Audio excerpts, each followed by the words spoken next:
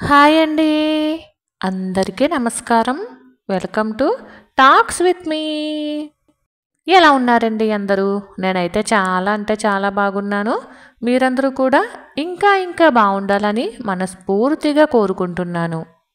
ఇవాల్టి వీడియోలో గత 2024 డిసెంబర్లో నేను ఎంత మనీని పోగు చేశాను అనేది మీ అందరితో షేర్ చేద్దాం అనుకుంటున్నానండి. నేను ఒక్కడిదాన్నే పోగు చేశాననో లేదా గొప్పలు చెప్పుకోవడానికనో కాదండి.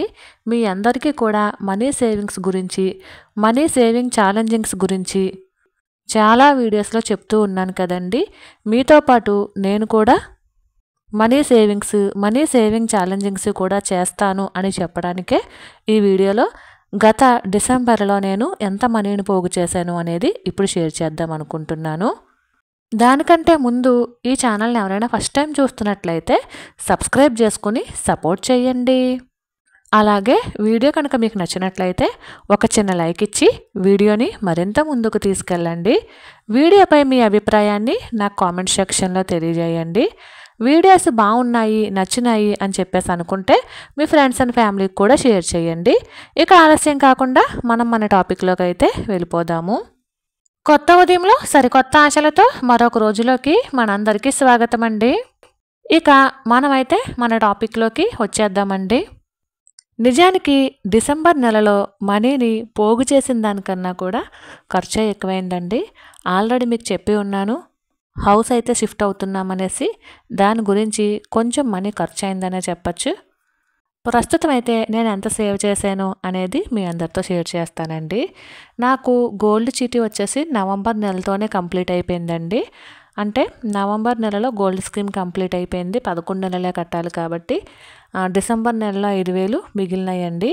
అవి పొదుపులోకే వేసేసాను. ఈ 2025లో కూడా ఇంకా నేను గోల్డ్ స్కీమ్ అయితే కట్టలేదండి, కట్టాలి. ఈ జనవరి నెల అయితే కట్టట్లేదు. వీలుంటే ఫిబ్రవరిలో ఏమైనా ట్రై చేయాలి. అలానే పాలండి, ఈ నెలలో 2 రోజులైతే పాలు పోయించుకోలేదు. మాకు లీటర్ వచ్చి 50 రూపాయలండి.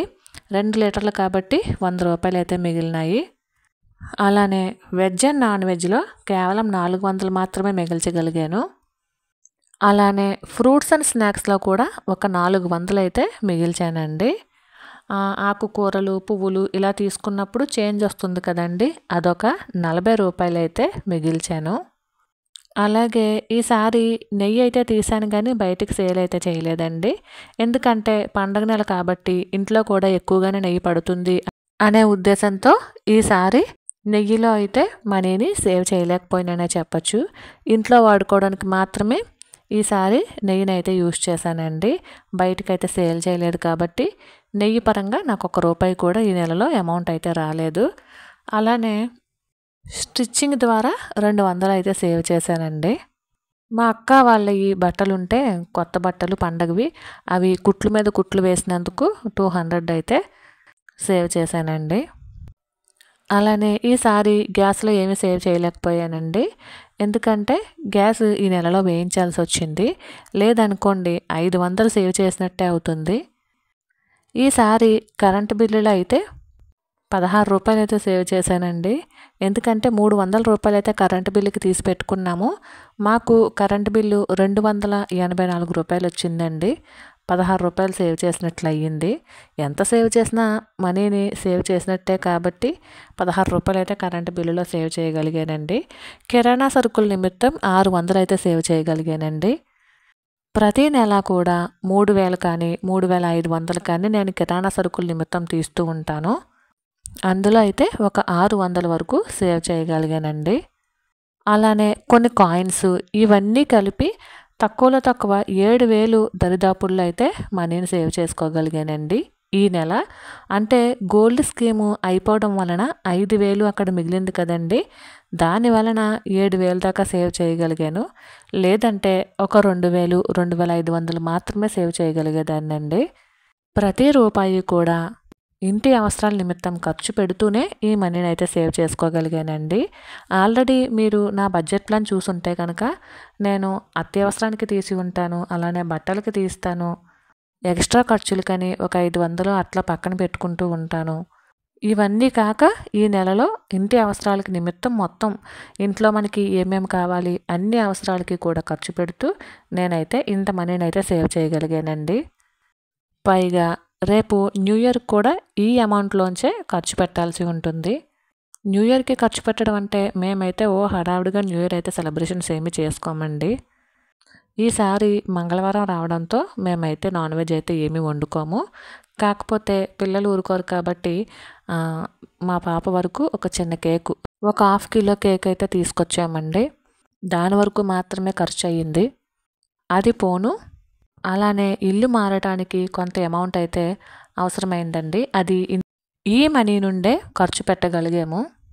అందుకని 7,000 దగ్గరలోకి సేవ్ చేయగలిగాను కదండి.